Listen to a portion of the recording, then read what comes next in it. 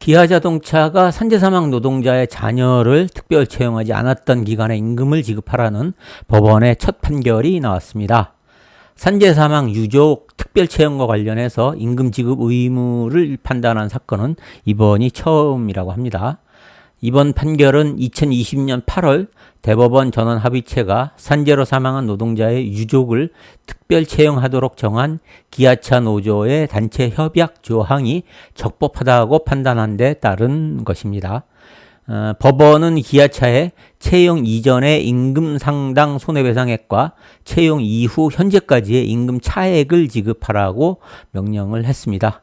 더불어 채용 의무 발생 시점에 입사한 것을 전제로 호봉을 정정하라고도 주문을 했습니다. 이와 관련해서 매일노동뉴스 기사 한번 살펴보도록 하겠습니다.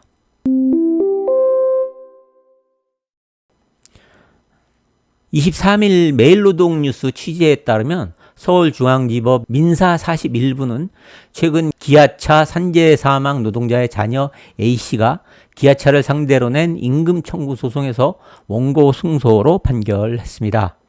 A씨의 아버지는 1985년 기아차에 입사해 금형 세척 작업을 담당했습니다.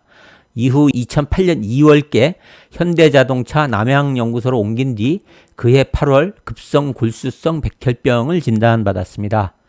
투병 생활을 하던 고인이 2010년 7월 숨지자 근로복지공단은 최소 15년간 벤젠에 노출돼 백혈병에 걸렸다고 인정해 업무상재해로 판단했습니다.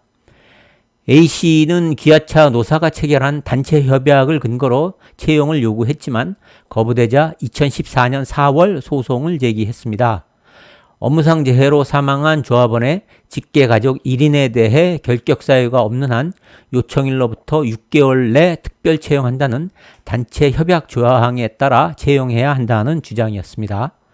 1심과 2심은 산재유족 특별 채용 조항이 민법 제103조 선량한 풍속 기타 사회질서에 위반돼 무효에 해당된다고 봤지만 대법원은 이를 뒤집었습니다. 대법원 전원합의체는 11대 2의 의견으로 원심을 뒤집었습니다. 대법원은 특별 채용 조항은 사망한 근로자의 특별한 희생에 상응하는 보상을 하고 가족 생계의 어려움을 해결할 수 있도록 사회적 약자를 보호하는 규정이라고 판단했습니다.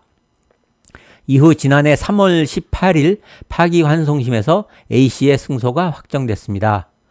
기아차는 파기환송심 선고 직전인 그해 3월 8일 A씨를 조립공정 담당 엔지니어 기술직으로 채용했습니다. 처음 채용을 요구한 2014년 4월께부터 7년이 지난 시점이었습니다. 그러자 A씨는 채용 의무 불이행 기간에 임금 상당액을 지급하라며 같은 해 4월 다시 소송을 냈습니다. 법원은 A씨의 청구를 모두 인용했습니다. 단체 협약에서 정한 채용 요청일 6개월 이내 채용할 의무가 있는데도 뒤늦게 채용했으므로 2014년 10월부터 채용 시점인 지난해 3월까지 발생한 임금 상당 손해배상금을 지급할 의무가 있다고 판단하는 것입니다. 이와 더불어 채용일부터 발생한 임금을 지급할 의무가 있다고 판시했습니다. 기아차가 채용 의무 불이행에 대한 고의 과실이 없다고 항변한 부분도 배척됐습니다. 기아차는 선행소송 1, 2심에서 산재 유족 특별 채용 조항이 무효라고 판단하고 고용노동부 조항 개선 의견을 밝히는 등 특별 채용 조항의 유효성에 관한 논란이 이어지고 있다고 주장했습니다. 그러나 재판부는 이러한 사실만으로는 채용 의무가 없다고 믿은데 정당한 사유가 있다거나 잘못된 법률적 판단을 정당화할 특별한 사정이 있다고 보기 어렵다고 지적했습니다. 대법원은 채무 이행을 거부한 채 소송을 통해 다퉜더라도 법률적 판단이 잘못된 것이라면 고의나 과실이 있다고 판단한 바 있습니다. 특별 채용 조항이 단체 협약이 새롭게 체결될 때도 유지됐고 취업규칙에도 같은 취지의 규정이 있다는 점이 근거가 됐습니다. 노동부 역시 2015년 일자리 세습 채용 조항의 후속 조치에서 산재 유족의 특별 채용과 관련해서는 위법성을 단정하기 어렵다고 밝히기도 했습니다. 채용 의무 불이행의 고의나 과실이 인정된다는 것입니다.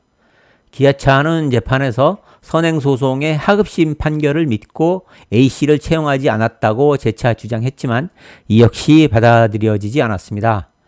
재판부는 기아차는 선행소송의 소장을 송달받고도 6개월 이내에 A씨를 채용하지 않았다며 이후 선고된 1, 2심 결과를 본 다음 A씨를 채용하지 않았다고는 보이지 않는다고 지적했습니다.